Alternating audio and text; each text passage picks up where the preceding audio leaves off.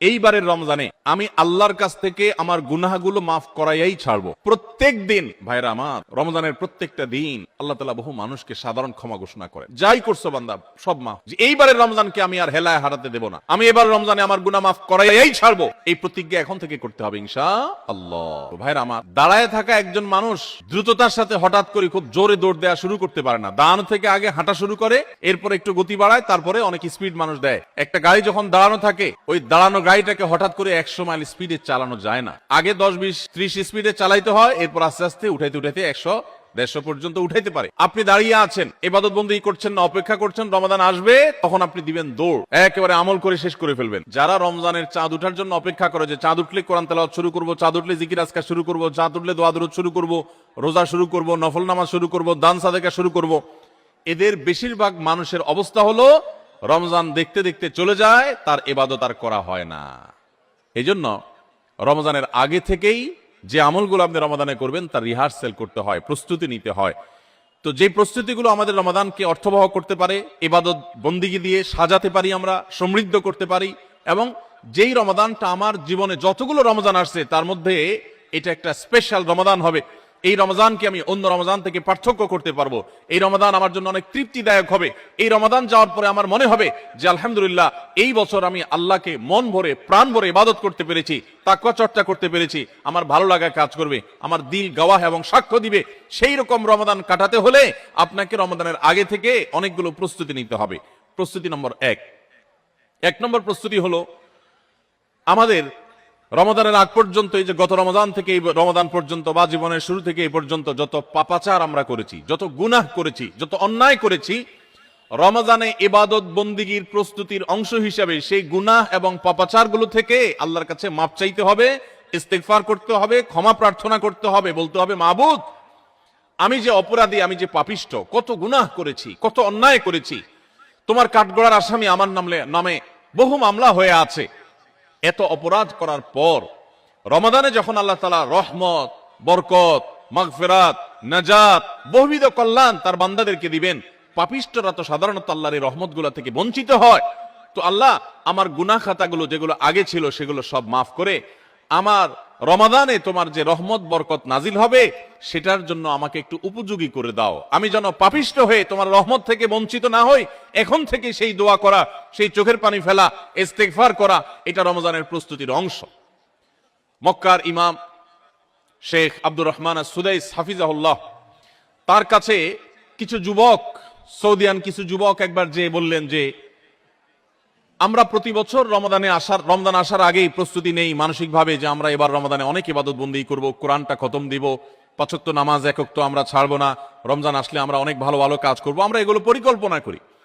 কিন্তু দুঃখের বিষয় হলো দেখতে দেখতে রমজানটা চলে যায়, শেষের দিকে আফসোস হয় এবং একটু খারাপ লাগা কাজ করে, এবং দিন শেষে রমাদান পার হয়ে যায় এবং আমরা আবার অপেক্ষায় থাকি, ঠিক আছে তাহলে পরের বছর করব। এভাবে রমজানে আর ইবাদতের তৌফিক হয় না। এত চেষ্টা করি, এত নিয়ত করি, কিন্তু আসলে না, ওই কোরআনটাও ভালো করে খতম দিতে পারি, খতম দিলেও কোন রকম খতম হয়, সুন্দর করে পড়া হয় না, ধীরস্থিরতার সাথে তেলাওয়াত করা হয় না, নামাজটা ঠিক মতো পড়া হয় না, কোনো ফাঁক দিয়া তারাবি মিস হয়ে যায়, আমার গুনাহ হয়ে যায়, আমি ভালো থাকতে চাই কিন্তু রমাদান ইবাদত করার তৌফিকটা হয় না। কেনই অবস্থা হয়, আপনি আমাদেরকে একটু নসিহত করেন। তখন শেখ সুদাইস হাফিজাহুল্লাহ তিনি তাদেরকে বলেছিলেন যে আমার মনে হয় রমজান যখন শুরু হয়, আল্লাহর অবারিত রহমত যখন ঢেকে ফেলে ইমানদারদেরকে, যারা নিজের পাপাচারে, নিজের কৃতকর্মে, নিজের অপরাধে, নিজের গুনাহের কারণে আল্লাহর রহমত থেকে বহু দূরে সরে গেছে, তারা আল্লাহর রহমতের উপযুক্ততা হারিয়ে ফেলেছে। সেই উপযুক্ততা হারিয়ে ফেলার কারণেই আমরা অনেকেই ইবাদত করতে চাই কিন্তু বেটে বলে হয় না। আমরা অনেক চিন্তা করি, অনেক কিছু করব, কিন্তু হয়ে ওঠে না, রমজানটা চলে যায়, কপাল পোড়া হয়ে যায়। রমজানে যদি ইবাদত করতে না পারেন তো এটা শুধু শখের ব্যাপার না, রমজানে ইবাদত করতে না পারলে তো স্বয়ং নবী সাল্লাল্লাহু আলাইহি সাল্লাম এবং জিবরিলের বদদুয়ার ভাগীদার হবেন। বাউদা মান আদরাকা রমাদান ফালাম ইগফারলাহু ওয়া লাম ইগফারলাহ, যে ব্যক্তি রমজান পেল অথচ তার রমজানের গুনাহ খাতাগুলোকে মাফ করাইতে পারলো না, আল্লাহর রহমতের ভাগীদার হতে পারলো না, এ তো কপাল পোড়া, এ ধ্বংস অনিবার্য। তাহলে আমরা আল্লাহর রহমত থেকে বঞ্চিত হই, ধ্বংসের দ্বার প্রান্তে চলে যায়। রমাদানে কত মানুষকে আল্লাহ মাফ করেন। আমি কপাল পড়ার মতো সেই জায়গায় দাঁড়ায় আছি। আগে যা ছিলাম রমজানও তাই, একটু রোজা রাখলাম, একটু ইফতার করলাম, একটু সাহারি খেলাম, একটু তারাবি টুকটাক পড়লাম, বাস এ হলো আমার রমজান। রমজান চলে যায়, আমার চোখের পানি আসে না, আমার দোয়া আসে না, আমার কান্নাকাটি আসে না, আমার ক্ষমা প্রার্থনা আসে না, আমার তওবা আসে না, আমার ইস্তিগফার আসে না, আমার জীবনটা পরিবর্তন হয় না, আমার সংশোধন হয় না, আমার আত্মশুদ্ধি হয় না, আমি কপাল মতো পড়ার মতো পড়ে থাকি। এর অন্যতম প্রধান কারণ হলো যে আমি সারা বছর পাপাচার করে আল্লাহর রহমত থেকে এত দূরে সরে গেছি যে রমাদানের আল্লাহর এই রহমতের উপযুক্ততা আমার হারিয়ে ফেলেছি। এই জন্য শেখ সুদেশ তাদেরকে বলেছিলেন, আমার মনে হয় আমাদের গুনাহ এবং পাপাচারের কারণে আল্লাহর রহমতের উপযুক্ততা আমরা নষ্ট করে ফেলেছি। এই জন্য রমজান আসার আগে প্রস্তুতি হিসেবে আমরা আল্লাহর কাছে চোখের পানি ফেলে দোয়া করে আগের সব গুনাহগুলো মাপ চেয়ে নেই যে আল্লাহ রমজানের রহমতের উপযুক্ত হওয়ার জন্য আমার পূর্বের সব গুনাহ মাফ করে দেন, আমার হালখাতা করে দেন। আমরা যেরকম দোকানদারদের কাছে পুরাতন বাকি সমস্ত টাকা পরিশোধ করে হালখাতা করলে নতুন করে আবার অনেক বাকি দেয় আমাদেরকে, আর আগের টাকা পরিশোধ না করলে নতুন বাকি দেয় না। তো আল্লাহর কাছে আগের গুনাহগুলো মাফ করে নিতে পারলে, মাফ করায় নিতে পারলে নতুন করে রহমতের উপযুক্ততা তৈরি হয়। এই জন্য রমজানের প্রস্তুতির অংশ হিসেবে প্রথম প্রস্তুতির কথা বলেছি, আল্লাহর কাছে আসুন নিজের কৃত পেছনের সমস্ত গুনাহ, সমস্ত খাতা, সমস্ত ভুল, সমস্ত বিচ্যুতি, সমস্ত ত্রুটি, সমস্ত পাপাচার, সমস্ত জুলুম, যত অন্যায় করেছি, চোখের গুনাহ করেছি, মুখের গুনাহ করেছি, মোবাইলে গুনাহ করেছি, ফেসবুক, ইউটিউব, মোবাইল করেছি, যত গুনাহ করেছি সমস্ত গুনাহ থেকে আল্লাহর কাছে মাফ চাই এবং দোয়া করি আল্লাহ তুমি সব গুনাহগুলো মাফ করো, তুমি আহকামুল হাকিমিন, তুমি গফুরুর রহিম, তুমি সবকিছু করতে পারো। রমজান আসছে, প্রতিবারই আমার রমজান দেখতে দেখতে চলে যায়, ইবাদত করতে পারি না, এবার আমি তোমার রহমত পেতে চাই মাবুদ, এই জন্য তুমি আমাকে মাফ করে দাও। এই জন্য প্রথম প্রস্তুতি হলো আল্লাহর কাছে তওবা ইস্তেগফার করে নিজের গুনাহগুলোকে ধুয়ে মুছে পরিষ্কার করে রমজানের জন্য রহমতের অপেক্ষা করা চেষ্টা করবো না ইনশাআল্লাহ।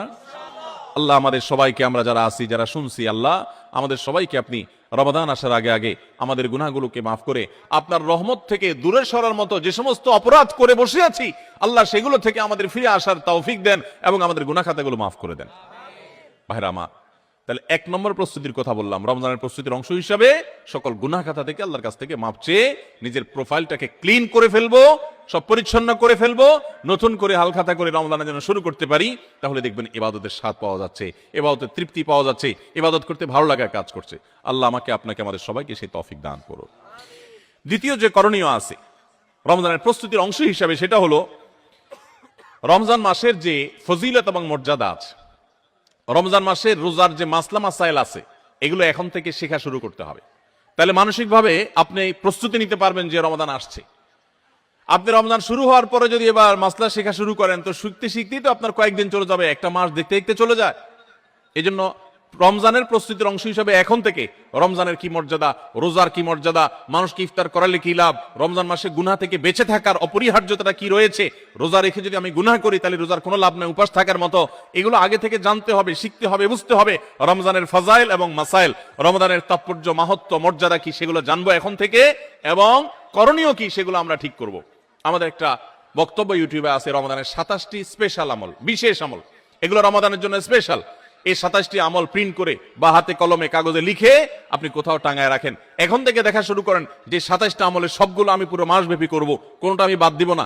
এখন থেকে প্রস্তুতি নেন। আপনি রমজানের পরে যদি জানতে শুরু করেন তো জানতে জানতেই তো এক সপ্তাহ চলে যাবে, আর মানতে মানতে আরেক সপ্তাহ চলে যাবে, আপনি ইবাদত করে শান্তি পাবেন না। এই জন্য এখন থেকে রমাদানের মাসাইলগুলো, মাসলা মাসাইলগুলো, ফজিলতগুলো জানা শুরু করেন। ভাইরা আমার, যত ইবাদত আছে, যত ইবাদত আছে ইসলামে, আমার ক্ষুদ্র জ্ঞানে রমাদান এবং সিয়াম, রমজান মাস এবং সিয়াম, রোজা সম্পর্কে যত ফজিলত, যত মর্যাদা, যত মাহাত্ম্যের কথা আসছে, এত মাহাত্ম্যের কথা এতগুলো হাদিসে অন্য কোন আমলের ব্যাপারে আর বর্ণিত হয়েছে বলে আমার জানা নেই। এই জন্য রমাদান আসছে ভাই, জীবনে আরেকটি রমাদান আমি পাবো কোনো গ্যারান্টি নাই।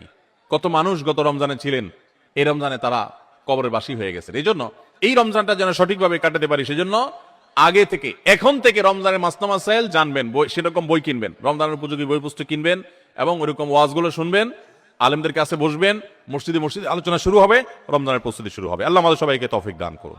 আমাদের প্রতিজ্ঞা করতে হবে, নিয়ত করতে হবে, এইবারের রমজানে আমি আল্লাহর কাছ থেকে আমার গুনাহগুলো মাফ করাইয়াই ছাড়বো।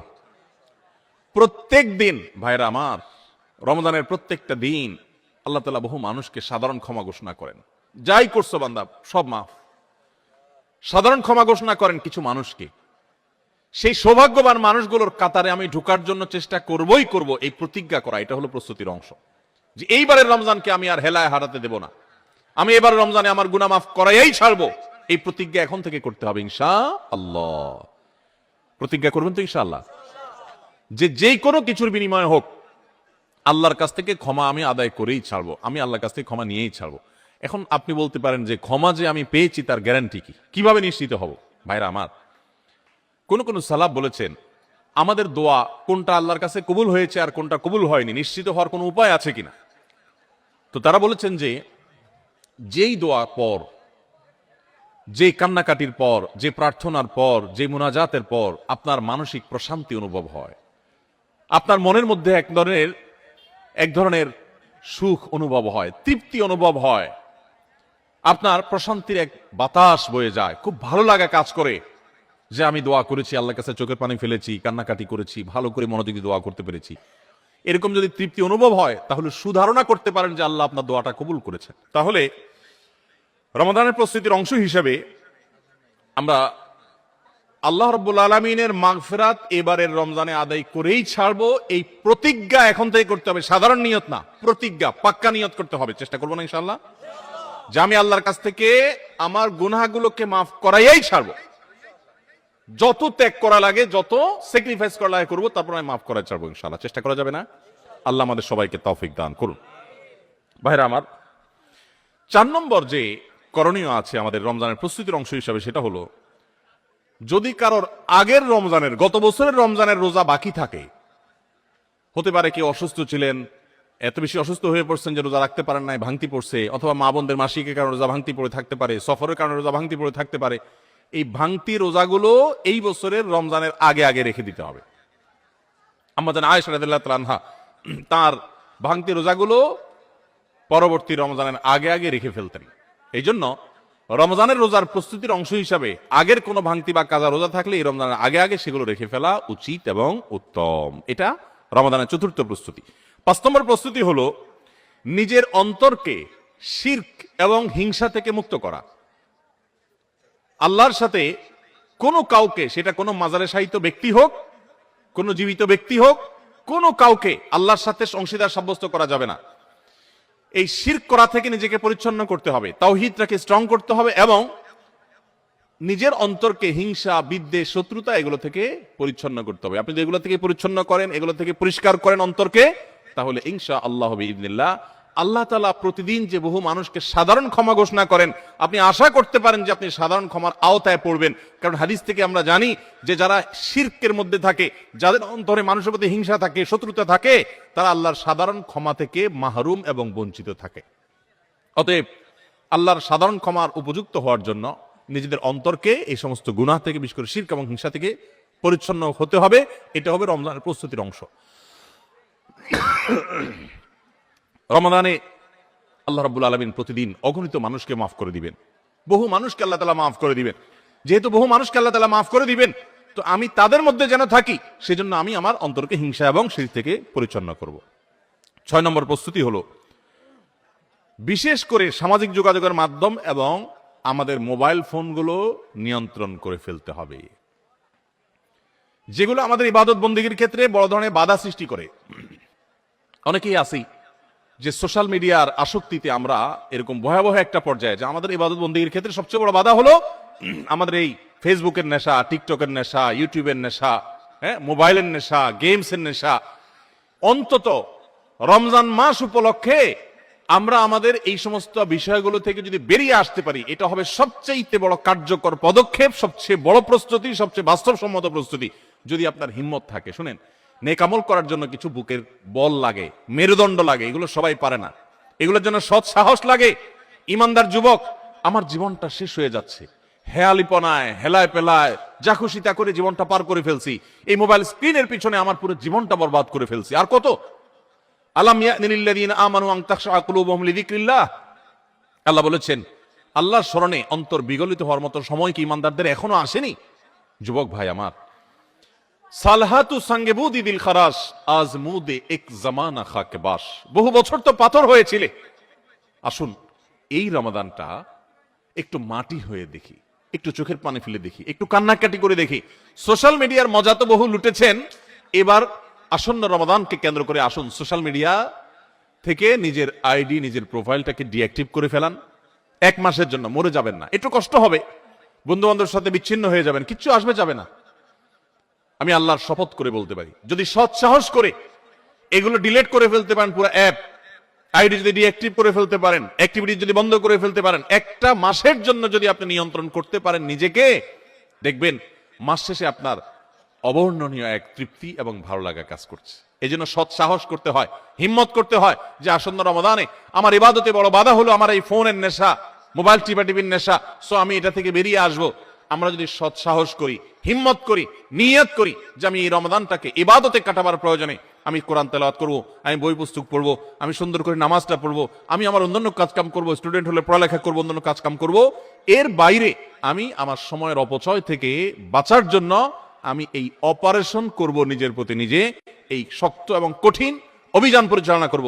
যদি আমরা নিয়ত করি, আল্লাহ তাআলা আমাদেরকে সাহায্য করবে। নিয়ত করা যাবে না ইনশাআল্লাহ? আল্লাহ আমাদের সবাইকে এই নিয়ত করার মতো সৎ সাহস দান করুন। আমি সেই যুবক দেখার সৌভাগ্য অর্জন করেছি, যেই যুবক রমাদানের শুরুতেই মোবাইল থেকে এরকম অ্যাপ ডিলিট করে ফেলে দেয়, ইবাদতের জন্য নিজেকে প্রস্তুত করে। ভাইরা আমার, বন্ধু বান্ধব অনেক কথা বলবে, হাসাহাসি করবে, কিয়ামতের ময়দানে এই হাসাহাসি করা মানুষগুলো আপনার কোনো কাজে আসবে না। আপনার আল্লাহর সামনে আপনাকে জবাবদিহি করতে হবে। রমাদান পেয়ে ইবাদত করতে পারলেন না, জবাবদিহি করা লাগবে। সো আমরা আমাদের ইবাদতে যে সমস্ত বাধা বিপত্তি আছে সেগুলো বিশেষ করে সোশ্যাল মিডিয়া এবং মোবাইল নিয়ন্ত্রণ করব ইনশাআল্লাহ, চেষ্টা করবো না ইনশাআল্লাহ। 7 নম্বর প্রস্তুতি হলো, গত বছর তার আগের বছর রমজানে আমি ইবাদত কেন করতে পারি না, কি কি সমস্যা ছিল। আমার অমুক দোস্তটা, ওর কারণে তারাবিটা পড়া হয় না, কারণ ও ওই টাইমে ফোন দেয়, আড্ডা মারতে বলে, অথবা তমুক কারণে আমার পড়ালেখাটা হয় না, অমুক নেশার কারণে হয় না। কি কারণে হয় না, প্রত্যেকেরটা আলাদা আলাদা। আমার গত রমজানে আমি কোরআনটা পুরো ভালো করে সুন্দর করে খতম দিতে পারি নাই কেন? শুরু তো করছিলাম কিন্তু শেষ করতে পারি নাই কেন? আমার গত রমজানে যে তারাবি কয়েকদিন মিস হয়েছিল, সেটা কেন মিস হয়েছিল? আমার গত রমজানে যে ভালো কাজগুলোর পরিকল্পনা ছিল, সেগুলো কেন হয় নাই? সেই বিষয়গুলো আমাদের চিহ্নিত করতে হবে, খুঁজে বের করতে হবে। বের করে এইবারের রমাদানে যেন সেগুলো রিপিট না হয়, সেগুলো যেন আর পুনরায় দেখা না দেয়, আগে থেকে সিদ্ধান্ত নিতে হবে এবং প্ল্যান করতে হবে যে আমার গত রমজানে কি সমস্যা ছিল। ও শেষের দশকে যে আল্লাহ লাইলাতুল কদর রেখেছেন, ওই দশকটাতে আমার ঈদের কেনাকাটার কারণে আমি এগুলো করতে পারি নাই, তাহলে এবছর ঈদের ঝামেলা আমি আগেই সেরে ফেলবো। আমি বাড়ি যাওয়ার নাম করে যাইতে একদিন, আসতে যাইতে একদিন, পথে একদিন, যাওয়ার পরে আবার শরীরকে ফ্রেশ করতে আরেকদিন, আমার শেষের 27তম রাত, আমার 28তম রাত, শেষের রাতগুলো ইবাদত করতে পারি নাই। মার্কেটে ঘুরছি, শপিং মলে ঘুরছি, আমার জিন্দেগি বরবাদ করছি। তাহলে গত বছর আমার ইবাদতের ক্ষেত্রে যেগুলো বাধা ছিল, যেগুলো কাঁটা ছিল, এই বছর সেগুলোকে আগে থেকে দূর করার পরিকল্পনা করতে হবে। এটা হলো রমজানের প্রস্তুতি। কথা বুঝেন নাই? মা বোনরা ইফতার বানাইতে বানাইতে ইফতারের আগে দোয়া কবুল হয়, মূল্যবান সময়টা নষ্ট করে ফেলছেন, পারেন নাই। তো এই বছর পরিকল্পনা করেন যে আগে থেকে যেই জিনিসগুলো তৈরি করে রাখা সম্ভব, যতটুকু গোছায় রাখা সম্ভব সেগুলো গোছায় রাখবো। আর পরিবারের সদস্যদেরকে নিয়ে বসেন, এবার আমরা সবাই একটু ভালো করে ইবাদত করতে চাই, হেয়ালিপনা করতে চাই না। আমরা রমাদান খেয়ে পরে কাটানোর জন্য আল্লাহ দেন না, ইবাদতের জন্য দিয়েছেন। এই রমাদানের মূল্য এত বেশি যে এই রমাদান চলে যাচ্ছে, আমরা বেশিরভাগ মানুষ উপলব্ধিও করতে পারছি না, অথচ এই একটা রমাদান আমার গোটা জীবনকে পরিবর্তন করার জন্য যথেষ্ট। আপনারা জানেন জান্নাতের একটা স্পেশাল গেট আছে, নাম হলো রাইয়ান। এই রাইয়ান নামক গেট দিয়ে আল্লাহ রাব্বুল আলামিন শুধুমাত্র রোজাদারদেরকে প্রবেশ করার সুযোগ দিবেন, যারা রমাদানে ইবাদত বন্দেগী করেছে, আল্লাহর নাফরমানি থেকে বেঁচে থেকেছে, তাকওয়ার জীবন অবলম্বন করেছে। আল্লাহ তাদের মর্যাদা দিবেন ওই স্পেশাল গেট দিয়ে প্রবেশ করে। এই জন্য জাহান্নাম থেকে বাঁচার জন্য, জান্নাত লাভের জন্য পরিবারের সদস্যদেরকে নিয়ে বসেন যে আমাদের এবারের রমাদানে আমরা ইবাদত করব। আমাদের গত রমজান ইবাদত কেন হয় নাই? কারণ ইফতারিতে আমাদের 10 আইটেম না হলে হয় না। এবার আমরা আইটেম কমাই, আমরা একটু খাবার পরিমাণ কমাই। যেই খাবার খেতে আমাদের ঝামেলা হয় আমরা করব না। যদি কোনো মহিলার ইফতারের প্রস্তুতি ইবাদত না হয়, সাহারির সময় তার ঝামেলা তৈরি হয়, তাহলে এগুলো আগে ভাগে প্ল্যান করতে হবে কিভাবে কমানো যায় ঝামেলাগুলো। হয় পরে করব, নয় আগে করব, নয় পরিবারের সদস্যদের সাহায্য নিব, নাহলে আইটেম কমাবো, কিভাবে হতে পারে প্ল্যান প্রোগ্রাম করতে হবে। বেড়াবেড়ি, দাওয়াত খাই, হ্যাঁ, ইফতার পার্টি, সাহারি পার্টি, এগুলো করতে গিয়ে আমার ইবাদত হয় নাই, সো আমি এবছর সেগুলো করব না। এজন্য গত বছরের সমস্যাগুলো চিহ্নিত করে সেগুলো থেকে এবার দূরে থাকার চেষ্টা করতে হবে। এটা হলো 7 নম্বর প্রস্তুতি। 8 নম্বর প্রস্তুতি হলো রমাদানের যে আমলগুলো আছে, রমজানের ওই যে বললাম 27টা স্পেশাল আমল আছে হাদিসের আলোকে, 27টা। রমজানের সবচেয়ে বড় আমল কি ভাই? রমজান মাসের সবচেয়ে বড় আমল কোনটা? সবচেয়ে বড় আমল হলো রোজা রাখা। রোজা রাখার চেয়ে বড় কোনো আমল আছে? রমজানের দ্বিতীয় আমল হলো রাতে তারাবি পড়া। তৃতীয় আমল হলো কোরআনে কারীমের তেলাওয়াত করা। আল্লাহর কাছে দোয়া করা আরেকটা আমল। উমরার তৌফিক থাকলে উমরা করা আরেকটা আমল। নবী সাল্লাল্লাহু আলাইহি ওয়াসাল্লাম রোজা রেখে প্রচুর মিসওয়াক করতেন, সেটা আরেকটা আমল। শেষ দশকে ইতিকাফ করা, সেটা আরেকটা আমল। শেষ দশকের বিজয় রাতগুলোতে ইবাদতের চেষ্টা করা, সেটা আরেকটা আমল। লাইলাতুল কদর পাওয়ার চেষ্টা করা আরেকটা আমল। লাইলাতুল কদর পেয়ে গেলে আল্লাহুম্মা ইন্নাকা আফুউন তুহিব্বুল আফওয়া ফা'ফু আন্নী পড়া আরেকটা আমল। এই রকম 27টি আমল স্পেশাল আছে রমাদানের জন্য, যেগুলো কোরআন এবং হাদিস থেকে প্রমাণিত।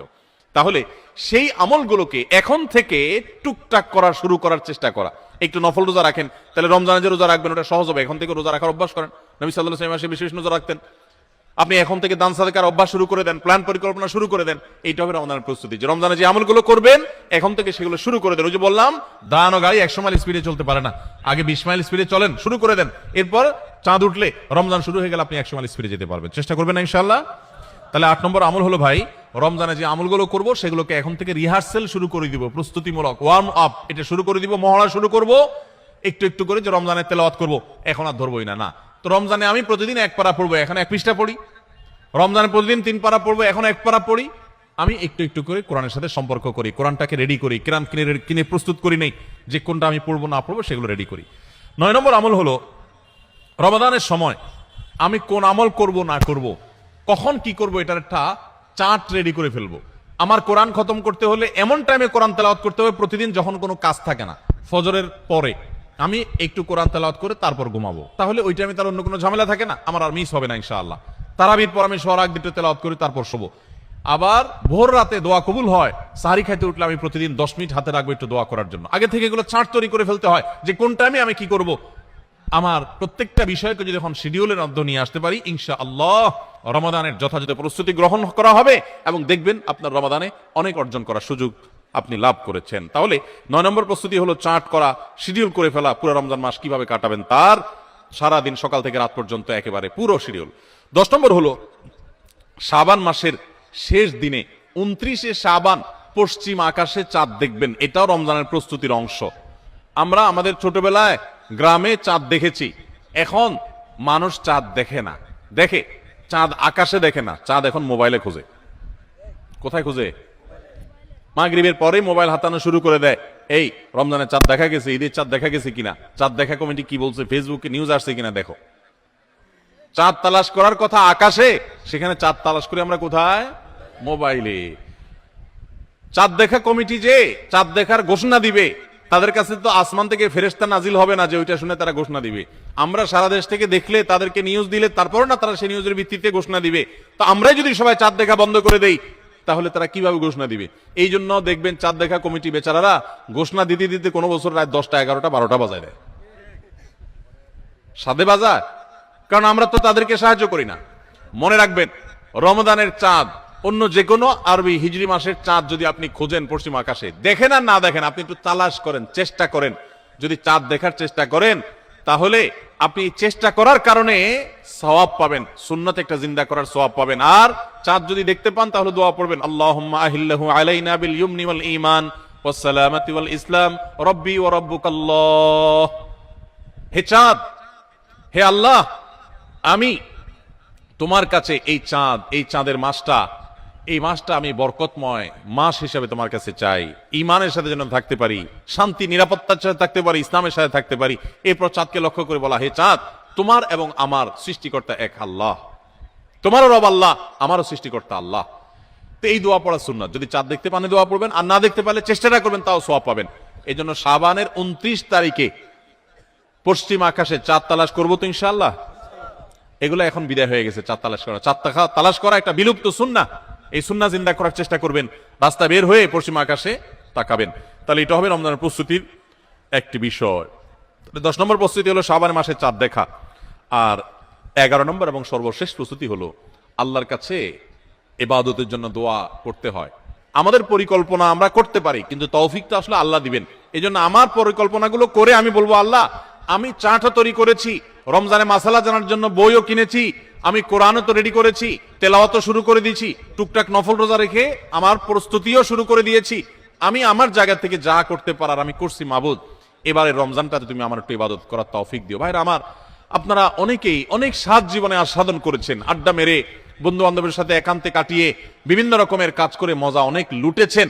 আল্লাহর শপথ, রমজানটাতে যদি আপনি ইবাদত করে কাটাতে পারেন, রাতভর একটু চোখের পানি ফেলে তাহাজ্জুদের সময় সাহারি খাওয়ার পর 10টা মিনিটে যদি একটু কাঁদতে পারেন, আল্লাহর কাছে মাপ চাইতে পারেন, আপনার কাছে পৃথিবীর যে কোনো কিছু তৃপ্তির চাইতে অনেক বেশি তৃপ্তিদায়ক হবে এই আল্লাহর কাছে একান্ত মুহূর্তে কান্নাকাটি করা, দোয়া করা, ইবাদত করা, ইস্তেগফার করা, আমলে মশগুল থাকা। আপনি সেই জিনিসটা করার পরিকল্পনা এই বছর রমাদানে নেন, চেষ্টা করা যাবে না ইনশাআল্লাহ। ভাইরা আমার, সেজন্য আল্লাহর কাছে দোয়া করতে হবে, আল্লাহ আমি আমার চেষ্টা যা নেওয়ার, প্রস্তুতি যা নেওয়ার আমি নিয়েছি, চেষ্টা করেছি, মাবুদ তুমি এবার আমাকে তৌফিক দিও। নবী সাল্লাল্লাহু আলাইহি ওয়াসাল্লাম প্রত্যেক নামাজের পরে দোয়া করতেন, আল্লাহুম্মা আইন্নি আলা যিকরিকা ওয়া শুকরিকা ওয়া হুসনি ইবাদাতিক। ও আল্লাহ, তোমার কাছে আমি সাহায্য চাই যেন তোমার সুন্দর করে ইবাদত করতে পারি, যেন তোমার স্মরণ আমি সুন্দর মতো করতে পারি, হ্যাঁ, তোমার কৃতজ্ঞতা শুকরিয়া যেন আদায় করতে পারি, সেই তৌফিক তুমি দাও। আল্লাহর কাছে তৌফিক চাইতে হয়।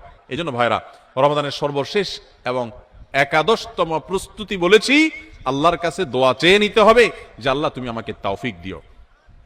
আল্লাহ তাআলা আমাদের সবাইকে রমাদানের এই সবগুলো প্রস্তুতি যথাযথভাবে করে আসন্ন রমাদানকে আমাদের জীবনে এক ব্যতিক্রমী রমাদান, সার্থক রমাদান, সফল রমাদান, তৃপ্তিদায়ক রমাদান এবং জান্নাত কামানো রমাদান, মাগফিরাত লাভ করা রমাদান হিসাবে কাটাবার তৌফিক নসিব করুন।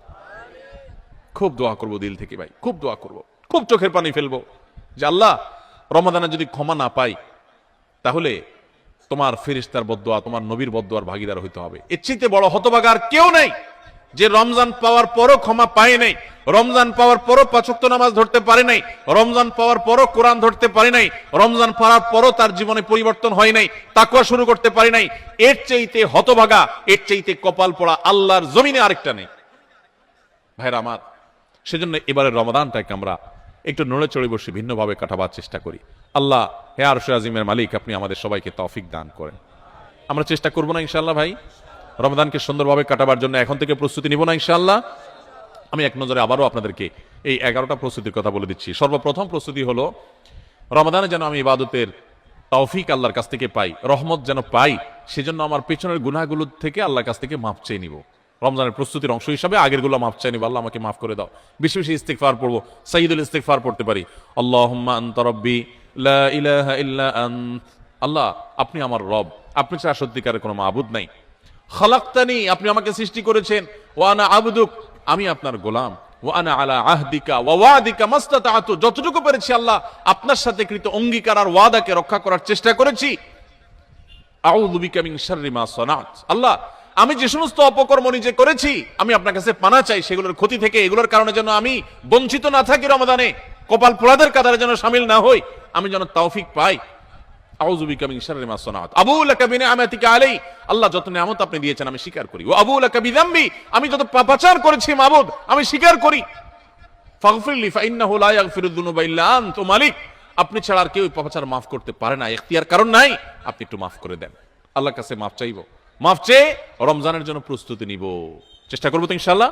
নাম্বার 2, রমজানের ফাজাইল মাসাইল, মাহাত্ম্য মর্যাদা, মাসলা মাসাইল এগুলো জানার জন্য এখন থেকে সেরকম বই পুস্তক কিনে পড়া শুরু করে দিব, ওইরকম আলোচনা শোনা শুরু করে দিব, জ্ঞান অর্জন করা শুরু করবো রমজান সংক্রান্ত। এটা দ্বিতীয় প্রস্তুতি। 3 নম্বর হলো, আল্লাহর কাছে এইবারের রমজানে আমি মাগফিরাত এবং নাজাত পেতে চাই, ক্ষমা পেতে চাই, আল্লাহর রহমত পেতে চাই। এই জন্য দৃঢ় প্রতিজ্ঞা করব যে এবার আমি কিছু একটা করবো ইনশাআল্লাহ, এবং এটা সারাক্ষণ নিজেকে কল্পনা করতে থাকা, প্রস্তুত করতে থাকা মানসিকভাবে। নাম্বার 4 নম্বর প্রস্তুতি হলো, আগের বছরে কোনো রোজা ভাঙতে থাকলে সেগুলো আদায় করে ফেলা। 5 নম্বর প্রস্তুতি হলো, নিজের অন্তরকে শিরক এবং হিংসা, বিদ্বেষ, শত্রুতা এগুলো থেকে পরিচ্ছন্ন করা। কারো প্রতি দুঃখ আছে, হিংসা আছে, দুঃখটা হিংসার লেভেলে চলে গেছে, তো আপনি সেই হিংসাটা দূর করে ফেলান, সবাইকে মাফ করে দেন, ফ্রেশ হয়ে যান, কারণ রমজান আসছে। সাধারণ ক্ষমা ঘোষণা যখন করা হবে তখন কিন্তু কপাল পোড়ারা, হিংসুকরা পাবে না মাফ। এই জন্য কারোর প্রতি হিংসা রাখেন না, কারোর অকল্যাণ চায়েন না, সবার কল্যাণ কামনা করেন, মনটাকে উদার করে দেন, বড় করে দেন, এটা আপনি সুস্থ থাকতে পারবেন। আর শিরক থেকে নিজেকে বাঁচিয়ে রাখেন, ইনশাআল্লাহ রমজানের সাধারণ ক্ষমার মধ্যে পড়বেন। এটা রমজানের প্রস্তুতির অংশ, যে শিরক এবং হিংসা থেকে নিজেকে পরিচ্ছন্ন করলেন। 5 নম্বর প্রস্তুতি। 6 নম্বর প্রস্তুতি হলো সোশ্যাল মিডিয়া, ফেসবুক ইত্যাদি নেশা এবং স্মার্টফোন পারলে গলা চিপে বন্ধ করে ফেলান। 1 মাসের জন্য বাটন ফোনে চলে যান অন্তত, এবং আইডি ডিঅ্যাক্টিভ করে ফেলান। একটু হিম্মত করেন, সৎ সাহস করেন, মরে যাবেন না। একটু কষ্ট হবে, এতটুকু কষ্ট যদি না করেন, কোন মুখে আল্লাহর কাছে আপনি জান্নাতের দাবি করবেন? একটু সোশ্যাল মিডিয়াকে 1 মাসের জন্য নিয়ন্ত্রণ করার যদি নিয়ত করতে না পারেন, আল্লাহর কাছে কোন মুখে জান্নাতের আশা করবেন, দাবি করবেন? এই জন্য 6 নম্বর প্রস্তুতি হলো যেই বিষয়গুলো আমার ইবাদতে ব্যাঘাত সৃষ্টি করে, অর্থাৎ এই সোশ্যাল মিডিয়া ইত্যাদি, এগুলোকে নিয়ন্ত্রণ করে ফেলা। 7 নম্বর হলো গত বছর রমজানে বা তার আগের বছরগুলোতে রমজানে আমার ইবাদতে যেসব বাধা ছিল, যাদের কারণে সমস্যা হয়েছে, ওই বন্ধুই আমার বন্ধুত্বের তালিকা থেকে বাদ দিয়ে ফেলতে হবে। ওই সার্কেল আমি ছেড়ে দিতে হবে, ওই আড্ডা আমার ছেড়ে দিতে হবে, ওই কাজ আমার ছেড়ে দিতে হবে। যেই কাজের কারণে আমার রমজানে ইবাদত হয় না, ওই কাজে আমি করব না। 1 মাসের জন্য নিজেকে স্যাক্রিফাইস করতে হবে। এটা রমজানের প্রস্তুতি। এখন থেকে প্ল্যান করে এগুলো বাদ দিতে হবে। এবং 8 নম্বর হলো যে রমজানের যে আমলগুলো আছে সেগুলো এখন থেকে একটু একটু করে শুরু করা। কোরআন তেলাওয়াত এখন থেকে শুরু করে দেন, রোজা এখন থেকে, নফল রোজা শুরু করে দেন, এখন থেকে তাসবিহ তেলাওয়াত শুরু করে দেন, এখন থেকে দোয়া দুরূদ শুরু করে দেন। তাহলে রমজানে বেশি করে করতে পারবেন। আর যদি তখন করবেন বসে থাকেন, করা আর হবে না। 9 নম্বর প্রস্তুতি হলো যে রমজানে সকাল থেকে রাত পর্যন্ত কিভাবে সময় কাটাবেন, এটার জন্য এখন থেকে রুটিন তৈরি করে ফেলান, রুটিন, এবং সেই রুটিনটা টাঙ্গায় ফেলান। এই রুটিন অনুযায়ী চলবো, এখন থেকে প্ল্যান করে ফেলান। 10 নম্বর হলো শাবানের শেষ দিন 29শে শাবান পশ্চিম আকাশে একটু চাঁদ তালাশ করেন, দেখেন কিনা, রমজানের প্রস্তুতির অংশ হিসাবে। আর 11 নম্বর সর্বশেষ প্রস্তুতি হলো আল্লাহর কাছে দোয়া করবেন। আমরা সবাই দোয়া করব আল্লাহ যেন আমাদেরকে রমজান মাসটিকে যথাযথভাবে কাটানোর তৌফিক দান করে। চেষ্টা করবো না ইনশাআল্লাহ?